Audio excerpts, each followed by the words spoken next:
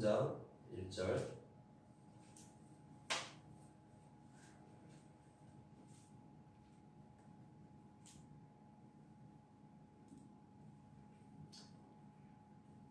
제가 봉독해 드리겠습니다. 그런즉 유대인의 나음이 무엇이며 할례의 유익이 무엇이냐? 범사에 많으니 우선은 그들이 하나님의 말씀을 맡았음이니라. 어떤 자들이 믿지 아니하였으면 어찌하뇨? 그 믿지 아니함이 하나님의 믿부심을 패하겠느냐? 그럴 수 없느니라. 사람은 다 거짓되되 오직 하나님은 참되시다 할지어다. 기록된 바 주께서 주의 말씀에 의롭다함을 얻으시고 판단 받으실 때 이기려 하심이라 함과 같으니라. 아멘. 네, 오늘은 하나님의 별명 영원하신 하나님 첫 번째 시간입니다. 네, 저희 막내 보배가 아들인데도 참 애교가 많습니다. 꼭 안아주기도 하고 또 뽀뽀도 해주고 자주 그러는데 아주 살살 녹고 때로는 마음이 너무나 힘들 때 보배의 포옹이 굉장히 위로가 될 때가 또 있습니다. 근데 보배의 이 애교가 어디에서 나왔겠습니까? 제가 밖에서는 안 그러지만 집에서는 저희 애들 앞에서 또 사모님 앞에서 엄청 애교를 부립니다. 상상은 하지 마십시오. 저녁을 먹은 후라서 위험합니다. 저도 사실 저희 부모님께는 제가 막내인데 저의 애교도 막내였던 저희 아버지에게로부터 나왔죠. 아버지도 막내, 저도 막내, 저희 보배도 막내입니다. 그러니까 막내가 막내에게 애교를 계속 전달하는 것 같아요. 자녀를 보고 그 부모님에 대해서 유추하고 또 판단하기 마련입니다. 오늘 본문에서도 이러한 일이 벌어졌는데 안타까운 것은 안 좋은 쪽으로 나타났다는 것이죠. 하나님에 대해서 잘못 오해하고 있는 이 유대인들 때문에 이방인들에게 하나님의 이름이 모욕을 당한다 라고 지금 사도 바울이 동족 유대인들에게 경고하고 있습니다. 지난 시간 말씀을 한번 떠올려 봅시다. 유대인들에게 자랑거리 세 가지가 있었죠. 어떤 것입니까? 내가 하나님께 선택받은 백성이다. 이 선민의식과 또 하나님께 율법을 받았다는 것, 그리고 몸에 있는 흔적, 이 할례가 그들에게 자부심이 되었고 의로움이 되었고 또 자랑거리가 됩니다. 근데 그들은 이 세 가지를 잘못 오해하고 있었다는 것이죠. 이스라엘 백성들이 하나님께 선택받은 것은 어떤 근거가 있습니까? 사실 그들은 하나님께 선택받을 어떤 이유나 조건 같은 것이 전혀 없었어요. 우리가 대형마트에 가보면 많은 음식들을 시식할 수 있습니다. 어떤 꼬마들은 대놓고 그 자리에 서서 계속 이쑤시개로 집어먹으니까 그 판매원들의 따가운 눈초리를 보는 일들도 있죠. 맛보기라고 하죠. 한번 먹어보고 이 음식의 전체 맛을 평가하는 거예요. 이스라엘 백성들이 하나님께 선택을 받은 것은 마찬가지입니다. 하나의 샘플일 뿐이에요. 그들이 선택을 받을 만한 어떠한 이유나 조건이 없습니다. 100% 하나님의 주권에 의한 것이었어요. 그래서 하나님께서 이스라엘 백성들에게 율법을 줘보니까 지킬 능력도 안 되고 나 자신이 얼마나 죄인인가가 드러난 거예요. 모든 인간이 다 이렇다. 그래서 하나님의 구원이 필요하다라는 것을 보여주기 위한 일종의 샘플이 바로 이스라엘입니다. 근데 그들이 단단히 착각을 하고 있었던 것이죠. 사도 바울은 로마서 1장에서 모든 사람들의 죄악을 폭로했고 2장에서는 하나님을 믿는다고 하는 유대인들의 죄악을 폭로합니다. 이어서 3장에서도 유대인들의 죄악에 대해서 또 구체적으로 경고하고 있어요. 우리는 이방인들과는 달라. 하나님은 우리에게 율법과 할례를 주셨어. 그러나 유대인이나 이방인이나 할 것 없이 그 본성은 지옥 갈 수밖에 없는 똑같은 죄인이라는 것이죠. 오늘 본문을 포함한 로마서 3장 1절부터 8절까지의 형식은 우리가 과거에 배웠던 소요리문답 교육처럼 질문을 하고 이제 답을 해주는 이러한 형식으로 나타나 있습니다. 사도 바울의 고발을 들은 유대인들은 자신들의 상식을 깨뜨리면서 선민으로서의 자존심을 여지없이 무너뜨리는 바울의 이 파격 선언에 대해서 반감을 품고 반론을 제기하지 않을 수 없었던 것입니다. 그래서 바울이 예상되는 유대인들의 반론을 말하고 또 여기에 대답을 하는 이런 형식을 취하고 있습니다. 근데 바울의 예상 질문과 대답이 참으로 설득력이 있고 또 공감력이 있어요. 왜냐하면 나와 같은 처지가 되어본 사람의 말이 나에게 설득력이 있고 또 공감이 되기 때문이죠. 우리가 잘 알다시피 바울은 뼛속까지 유대인이었기 때문에 또 더군다나 그리스도인들을 잡아서 가두는 그 일에 선봉에 섰던 사람이기 때문에 유대인들의 사고방식을 그 누구보다 가장 잘 알고 있는 사람이었어요. 그래서 그들의 입장에 서서 그들의 사고방식을 지금 비판하고 있는 것입니다. 바울이 만약에 이방인이었다면 그의 말이 그다지 설득력이 없었을 거예요. 그래서인지 유대인들이 그렇게도 이 사도 바울을 죽이려고 혈안이 되었던 것이죠. 자신에 대해서 너무나 잘 알기 때문에. 이제 바울의 본문에서 두 가지의 질문과 두 가지의 대답을 합니다. 그 첫 번째 질문입니다. 3장 1절. 그런즉 유대인의 나음이 무엇이며 할례의 유익이 무엇이냐? 유대인들의 질문인 거예요. 그러면 우리가 이방인들에 비해서 나은 것이 하나도 없단 말입니까? 라고 항변을 하는 질문입니다. 이에 대한 대답이 2절이죠. 범사에 많으니 우선은 그들이 하나님의 말씀을 맡았음이니라. 유대인들의 유익이 참 많은데 그 중에서 하나님의 말씀을 맡았다는 것은 특권 중에 특권이었습니다. 이 로마의 문화 속에 살고 있는 이교도들은 점성술, 또 마술, 또는 새나 짐승을 통해서 점을 쳤습니다. 그렇게 자신이 믿는 신의 뜻을 알기 위해서 여러 가지 노력들을 했는데 이것을 통해서도 어렴풋하게 아주 또 희미하게 알 뿐이었죠. 게다가 진실도 아닙니다. 그러나 유대인들은 너무나 명백하고 분명하게 계시된 하나님의 말씀을 직접 받은 민족으로서 하나님의 뜻을 분명히 알 수 있는 그러한 특권을 누렸던 거예요. 그들이 하나님의 말씀을 맡게 된 것은 그들이 선택받은 이유와 똑같습니다. 자신의 조건이나 어떤 우월함 때문이 아니라 순전한 하나님의 은혜 때문이었어요. 그래서 말씀에 순종해야 할 책임이 있는 건데 유대인들은 이 책임은 등한시하고 이것을 하나의 권리로 특권으로 이해했기 때문에 이러한 오류에 빠지게 된 것입니다. 스탠포드 대학교의 엘리자베스 뉴턴 교수가 지식의 저주라는 개념을 처음 사용합니다. 이 지식의 저주라는 것은 기존 시대의 지식에 매몰되어 있으며 그 이상을 상상하기 어렵다라는 그런 개념이에요. 지금도 방영하고 있는 그 MBC TV 프로그램 복면가왕의 취지와 아주 비슷합니다. 얼굴을 보이면 편견이 생기기 때문에 가면을 쓰고 편견이 없이 오직 노래로만 승부하자는 거예요. 유대인들은 왜 회개하지 않았습니까? 이미 그들에게 형성되어 있는 지식의 저주 때문에 그렇습니다. 신앙생활을 오래 하면 할수록 그만큼 지식의 편견에 빠지기 쉬워지는 거예요. 저도 마찬가지입니다. 모태신앙에다가 또 신학을 공부해서 알 만큼 아는 줄 알았어요. 믿음과 구원에 대해서 어느 정도 아는 줄 알았어요. 그런데 이 로마서를 공부하면서 느끼는 것은 복음이 너무나 새롭다는 거예요. 그동안 내가 알고 있었던 복음은 반쪽짜리 복음이었구나. 이 생각이 절로 들었어요. 지식의 저주에 빠져 있었던 거예요. 우리는 복음에 대해서 다시 배우고 계속해서 배워야 합니다.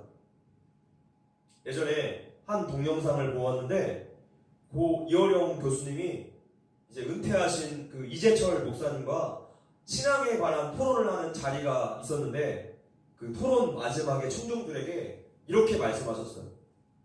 하나님은 영적인 것만 공급하는 분이시지 육적인 것은 공급하지 않으신다. 저는 이어령 교수님이 세상 학문과 철학을 너무 많이 공부하셔서 지식의 저주에 빠지니까 성경도 이러한 입장에서 이해하시는구나 라는 안타까움이 들었어요. 소율의 문답만 공부했어도 이런 말씀을 안 하셨을 텐데 라는 생각이 들어서 안타까웠습니다. 하나님의 다스리심과 공급하심은 영적인 세계, 육적인 세계에 가리지 않고 그 모든 것이라고 우리가 배웠었죠. 어떤 구두닦이가 매출이 오르지 않자 고심 끝에 사업장에다가 광고물을 아주 크게 붙입니다. 그러자 갑자기 매출이 5배나 껑충 뛰어올랐어요. 광고의 내용은 이렇습니다. 한쪽 구두를 닦으시며 나머지 한쪽 구두는 무료로 닦아드립니다. 너무나 기발한 광고 아닙니까? 근데 이 안에 깔린 생각들을 보면 당연히 해야 할 일에 대해서 지금 생색을 내고 있는 거예요. 당연한 책임을 권리처럼 그렇게 이용한 거죠.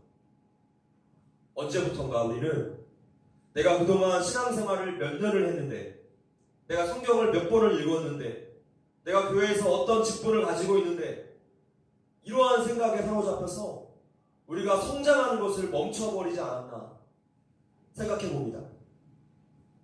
우리 성도들은 이 시대에 하나님의 말씀을 맡은 자들인데 이것에 대한 책임은 없고 권리만 행사하고 있지 않습니까?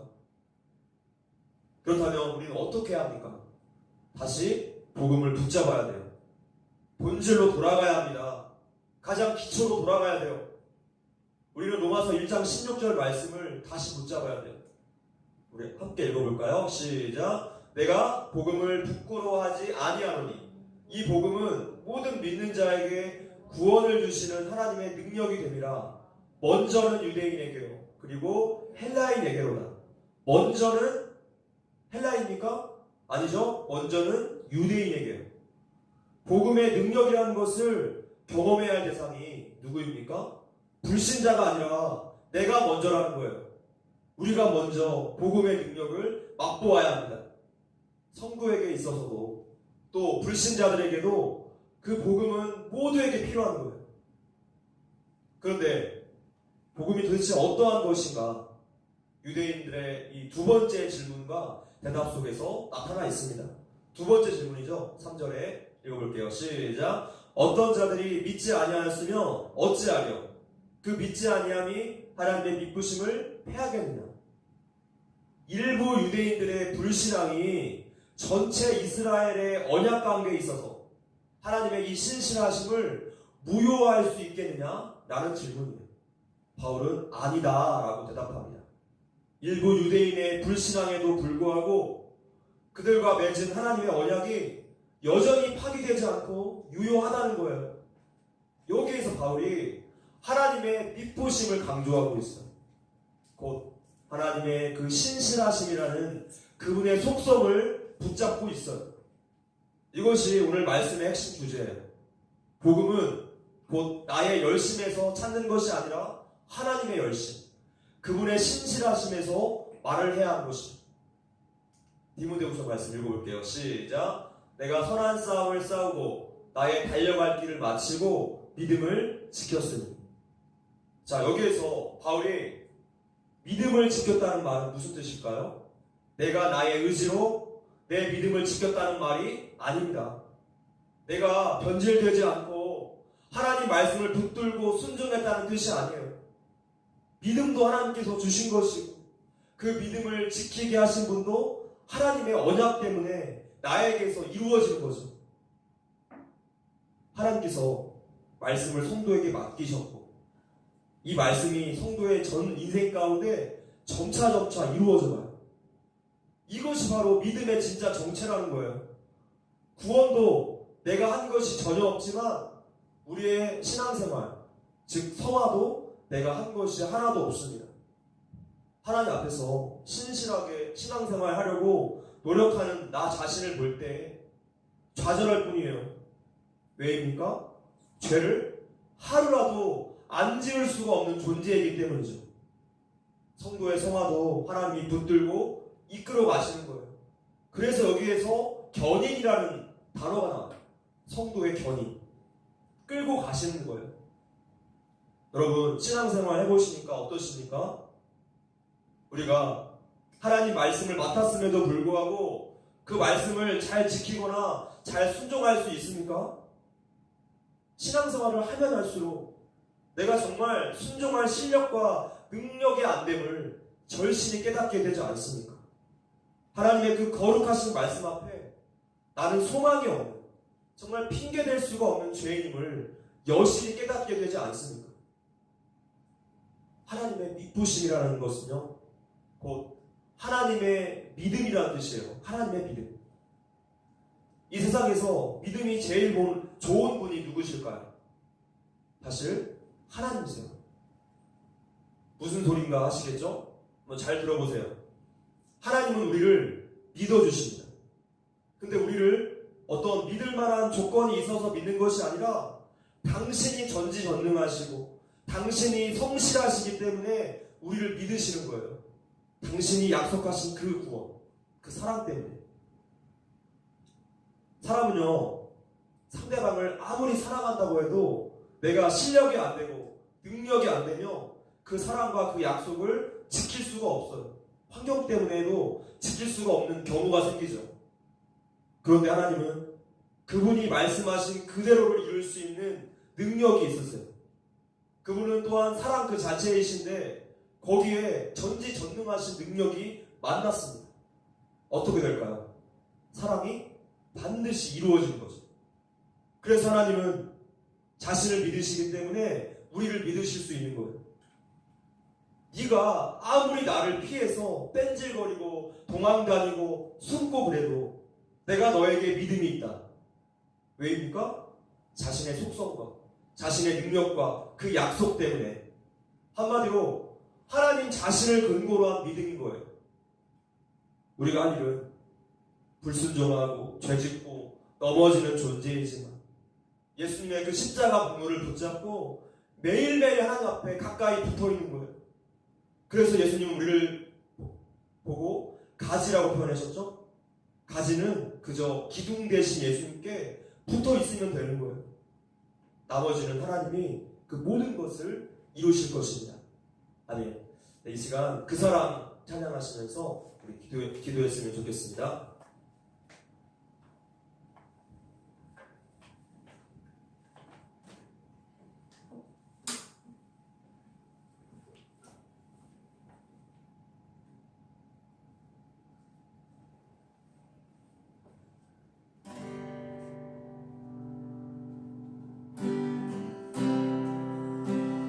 말씀을 기억해 보시면서 우리가 복음을 다시 배워야 합니다.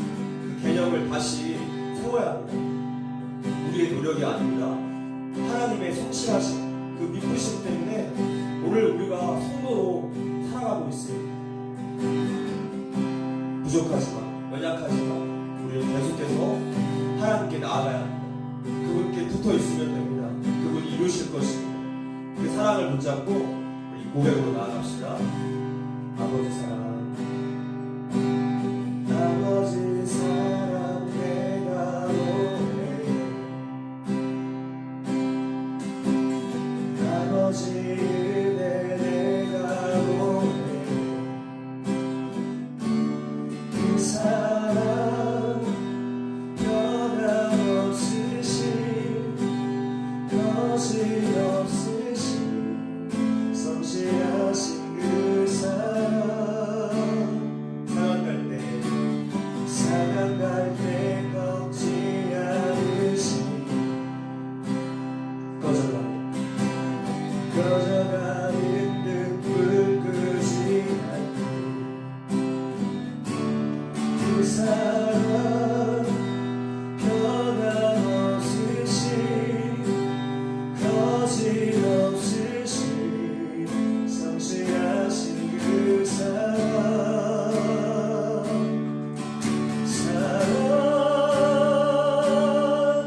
그 사랑 나 위해 죽으신 나 위해 다시 사신 예수 그리스도 다시 오신 그 사랑. 죽음도 새벽도 천사도 곳에도 끊을 수 없는 영원한 그 사랑 예수 그 사랑 날 위해 죽으신 날 위해 다시 사신 예수 그리스도 다시 오신 그 사랑 죽음도 새벽도 천사도 하늘의 어떤 곳에도 끊을 수 없는 영원한 그 사랑에 다시 한번 고백합시다. 그 사랑